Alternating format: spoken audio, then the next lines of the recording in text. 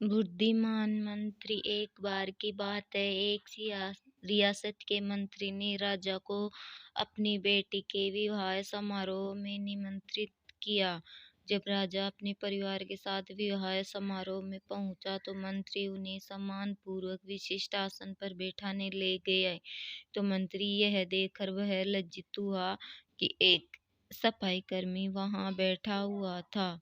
उसने सफाई कर्मी को सभी के सामने वहां से उठा फेंका और उसे बहुत डांटा। सफाई कर्मी ने बहुत अपमानित महसूस किया और बदला लेने की योजना बनाने लगा। अगले दिन सुबह वह जब राजा का कक्ष साफ कर रहा था तभी वह जानबूझकर बड़बड़ाया, राजा कितने नादान हैं, उन्हें यह पता ही नहीं है कि रानी और मंत्री के बीच क्या चल रहा है। राजा आधी नींद में था। यह क्या बकवास कर रहे हो?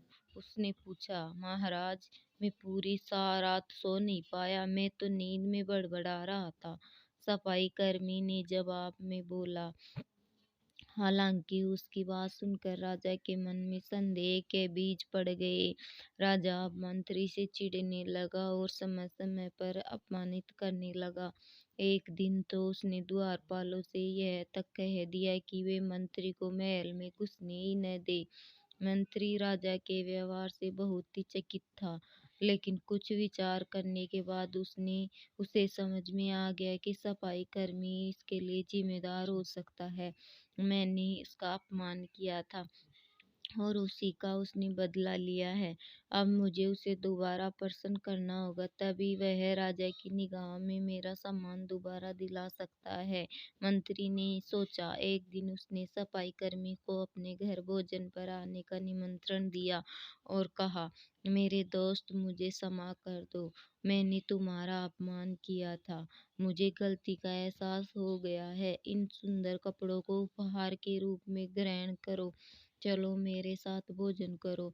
सफाई कर्मी प्रसन्न हो गया और वह सोचने लगा, मंत्री तो अच्छा आदमी है, मैंने ही उस दिन गलती कर दी थी। अब सफाई कर्मी प्रसन्न था और प्रयास करने लगा कि मंत्री के बारे में राजा की धारणा बदल जाए। एक बार वह जब राजा के कक्ष में गया तो राजा सो रहा था। वह बड़बड़ाने लगा, अरे, राजा का तो दासी के साथ प्रेम संबंध है, बड़ी लज्जा की बात है। राजा ने उसका बड़बड़ाना सुना तो उठकर बैठ गया। राजा ने सफाई कर्मी को बहुत डांटा। सफाई कर्मी बोला, क्षमा कर दे महाराज, मैं पूरी रात सो नहीं पाया, इसलिए दिन में ही नींद में बड़बड़ा रहा था।